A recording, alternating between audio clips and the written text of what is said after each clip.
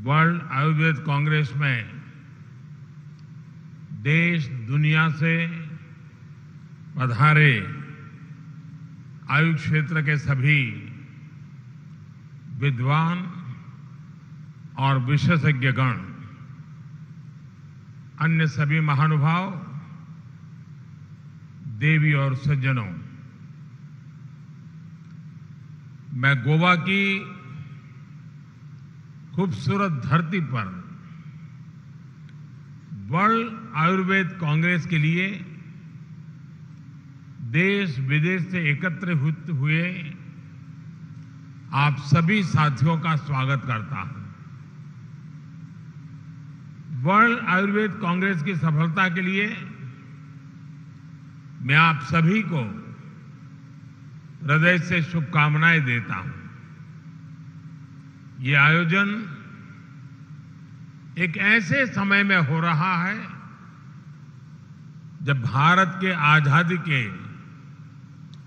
अमृतकाल की यात्रा शुरू है। अपने ज्ञान, विज्ञान और सांस्कृतिक अनुभव से विश्व के कल्याण का संकल्प अमृतकाल का एक बड़ा लक्ष्य है और आयुर्वेद इसके लिए एक मजबूत और प्रभावी माध्यम है।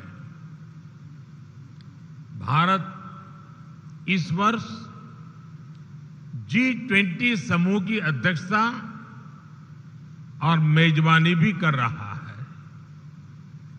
हमने G20 समिट की भी थीम रखी है, one earth, one family, one future. ऐसे ही विषयों पर आप सभी वर्ल्ड आयुर्वेद कांग्रेस के इस आयोजन में चर्चा करेंगे, पूरे विश्व के स्वास्थ्य के लिए विमर्श करेंगे। मुझे खुशी है कि दुनिया के 30 से ज्यादा देशों ने आयुर्वेद को ट्रेडिशनल मेडिसिन के एक सिस्टम के रूप में मान्यता दे रखी है। हमें मिलकर इसे और ज्यादा से ज्यादा देशों तक पहुंचाना है, आयुर्वेद को मान्यता दिलवानी है। साथियों, आज मुझे यहां पर आयुष से जुड़े 3 इंस्टीट्यूट्स के लोकार्पण का अवसर भी मिला है। मुझे विश्वास है all India institute of Ayurveda Goa, national institute of यूनानी मेडिसिन गाजियाबाद और national institute of homeopathy Delhi, ये तीनों आयुष हेल्थ केयर सिस्टम को नई गति देंगे। साथियों, आयुर्वेद एक ऐसा विज्ञान है जिसका दर्शन, जिसका मोटो है सर्वे भवन्तु सुखिनः सर्वे सन्तु निरामया, यानी सबका सुख, सबका स्वास्थ्य। जब बीमारी हो ही जाए तब उसके इलाज के लिए मजबूरी नहीं, बल्कि जीवन निरामय होना चाहिए, जीवन बीमारियों से मुक्त होना चाहिए। सामान्य अवधारणा है कि अगर कोई प्रत्यक्ष बीमारी नहीं है तो हम स्वस्थ हैं, लेकिन आयुर्वेद की दृष्टि से मैं स्वस्थ होने की परिभाषा कहीं व्यापक है। आप सब जानते हैं कि आयुर्वेद कहता है समदोष समाग्निश्च समधातु मलक्रिया प्रसन्न आत्मेन्द्रिय मनाः स्वस्थ इति अभिधीयते।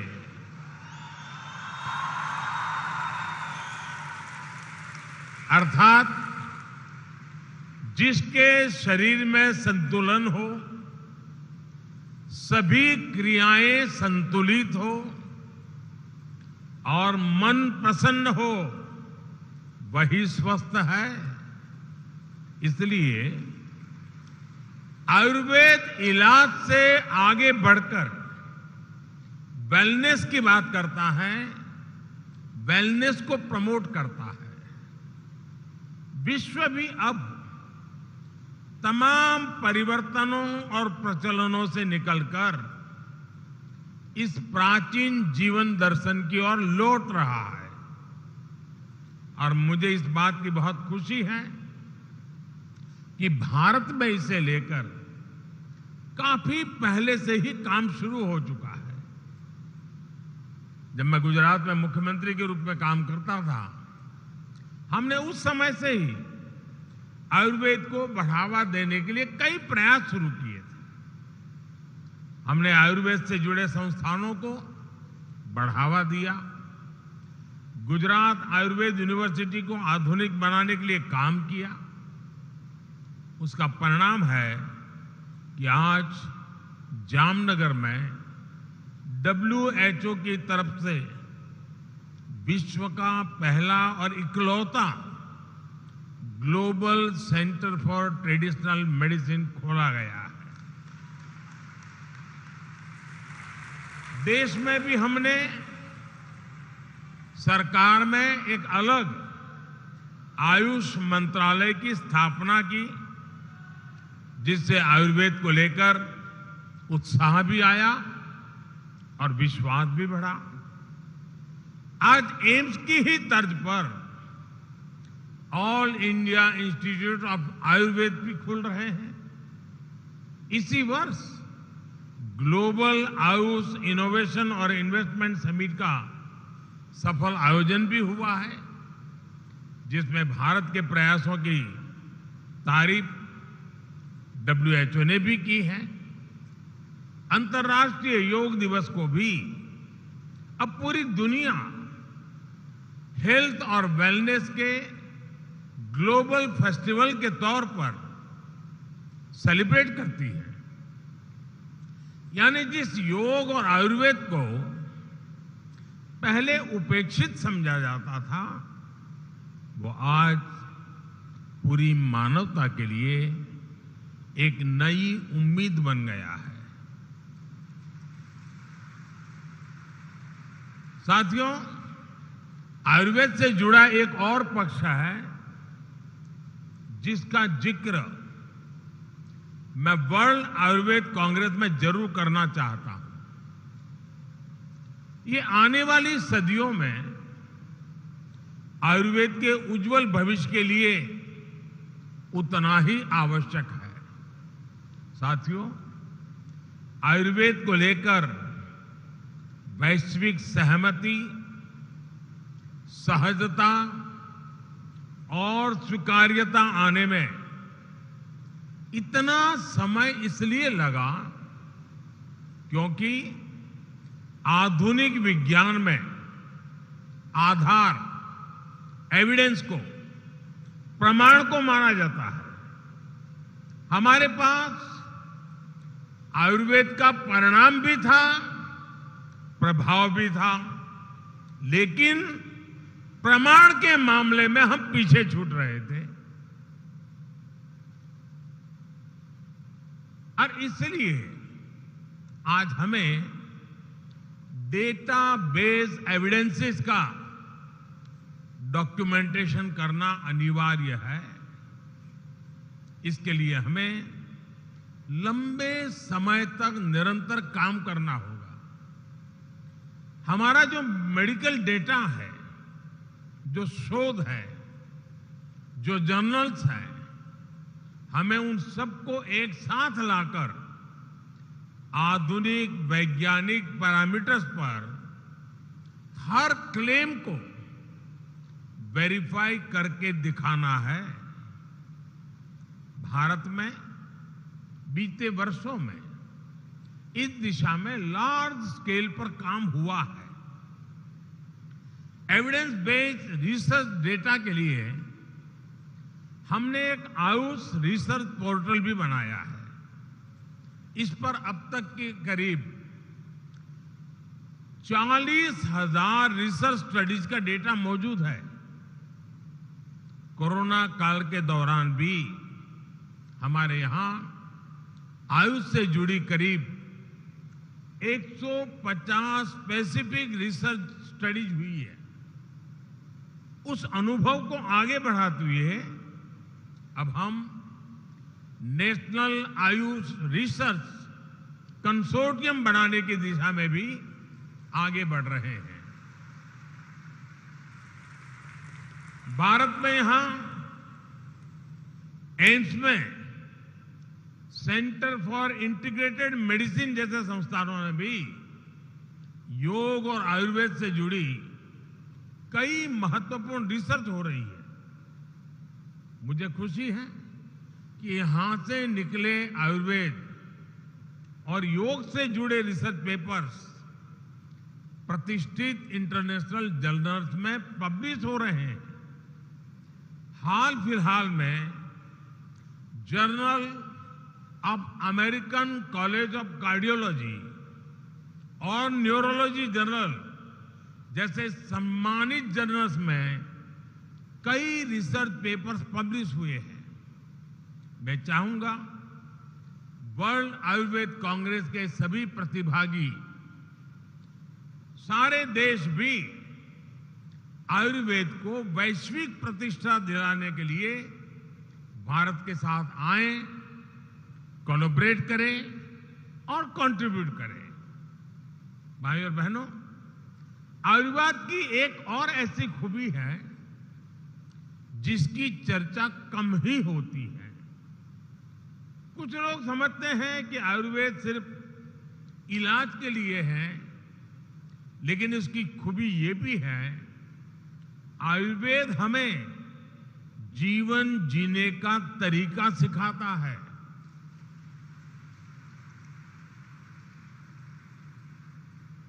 अगर मैं आधुनिक टर्मिनोलॉजी का उपयोग करके आपको बताना चाहूं तो मैं एक आपको उदाहरण देता हूं। आप दुनिया की अच्छी से अच्छी कंपनी की बेहतर से बेहतर कार खरीदें, उस कार के साथ उसकी मैनुअल बुक भी आती है, उसमें कौन सा फ्यूल डालना है, कब और कैसे सर्विसिंग करवानी है, कैसे रखरखाव करना है, हमें ये ध्यान रखना पड़ता है। अगर डीजल इंजन कार में पेट्रोल डाल दिया तो गड़बड़ तय है। इसी तरह आप अगर कोई कंप्यूटर चला रहे हैं तो उसमें उसके सारे हार्डवेयर और सॉफ्टवेयर ठीक काम करने चाहिए। हम हमारी मशीनों का ख्याल तो रखते हैं, लेकिन हमारे शरीर को कैसे खाना, क्या खाना, कैसा रूटीन, क्या नहीं करना चाहिए, इस पर हम ध्यान ही नहीं देते हैं। आयुर्वेद हमें सिखाता है कि हार्डवेयर सॉफ्टवेयर की तरह ही शरीर और मन भी एक साथ स्वस्थ रहने चाहिए, उनमें समन्वय रहना चाहिए।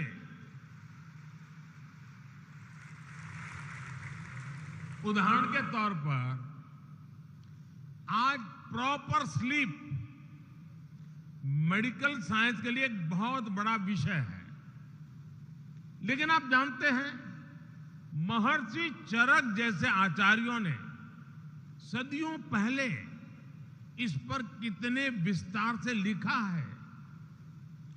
यही आयुर्वेद की खूबी है। साथियों, हमारे यहां कहा जाता है स्वास्थ्यम परमार्थ साधनम, अर्थात स्वास्थ्य ही अर्थ और उन्नति का साधन है। ये मंत्र जितना हमारे व्यक्तिगत जीवन के लिए सार्थक है, उतना ही प्रासंगिक अर्थव्यवस्था के नजरिए से भी है। आज आयुष के क्षेत्र में असीम नई संभावनाएं जन्म ले रही है। आयुर्वेदिक हर्ब्स की खेती हो, आयुष मेडिसिन की मैन्युफैक्चरिंग और सप्लाई हो, डिजिटल सर्विसेज हो, आयुष स्टार्टअप के लिए इनमें एक बड़ा स्कोप है। भाइयों और बहनों, आयुष इंडस्ट्री की सबसे बड़ी ताकत यह है कि इसमें हर किसी के लिए अलग अलग तरह के अवसर उपलब्ध हैं।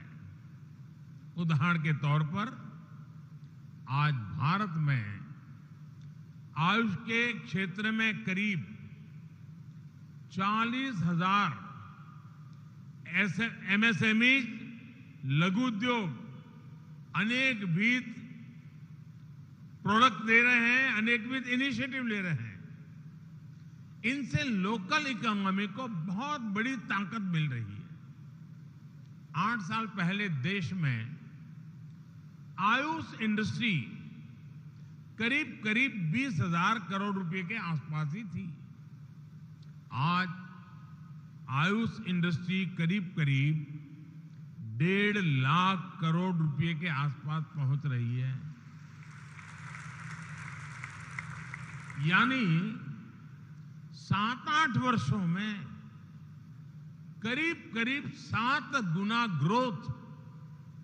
आप कल्पना कर सकते हैं आयुष अपने आप में कितनी बड़ी इंडस्ट्री, कितनी बड़ी इकोनॉमी बनकर उभर रहा है। आने वाले समय में इसका ग्लोबल मार्केट में और बड़ा विस्तार होना ही है। आप भी जानते हैं कि ग्लोबल हर्बल मेडिसिन और स्पाइसेस का मार्केट $120 बिलियन यानी करीब करीब 10 लाख करोड़ रुपए के आसपास का है। ट्रेडिशनल मेडिसिन का यह सेक्टर निरंतर विस्तार ले रहा है और हमें इसकी हर संभावना का पूरा लाभ उठाना चाहिए। ग्रामीण अर्थव्यवस्था के लिए, हमारे किसानों के लिए कृषि का एक पूरा नया सेक्टर खुल रहा है, जिसमें उन्हें काफी अच्छी कीमतें भी मिल सकती हैं। इसमें युवाओं के लिए हजारों लाखों नए रोजगार पैदा होंगे। साथियों, आयुर्वेद की बढ़ती लोकप्रियता का एक और बड़ा पक्ष आयुर्वेद और योग टूरिज्म भी है। गोवा जैसा राज्य जो टूरिज्म का एक हब है, वहां आयुर्वेद और नेचुरोपैथी को प्रमोट करके टूरिज्म सेक्टर को और नई ऊंचाई दी जा सकती है। All India institute of Ayurveda, Goa, इस दिशा में एक अहम शुरुआत साबित हो सकता है। साथियों, आज भारत ने दुनिया के सामने वन अर्थ वन हेल्थ एक फ्यूचरिस्टिक विजन भी रखा है। वन अर्थ वन हेल्थ का मतलब है हेल्थ को लेकर एक यूनिवर्सल विजन। चाहे पानी में रहने वाले जीव जंतु हो, चाहे वन्य पशु हो, चाहे इंसान हो, वनस्पति हो, इन सब की हेल्थ इंटरकनेक्टेड है। हमें इन्हें आइसोलेशन में देखने की जगह टोटलिटी में देखना होगा। ये होलिस्टिक विजन आयुर्वेद का, भारत की परंपरा और जीवन शैली का हिस्सा रहा है। मैं चाहूंगा गोवा में हो रही इस वर्ल्ड आयुर्वेद कांग्रेस में ऐसे सभी आयामों पर विस्तार से चर्चा हो।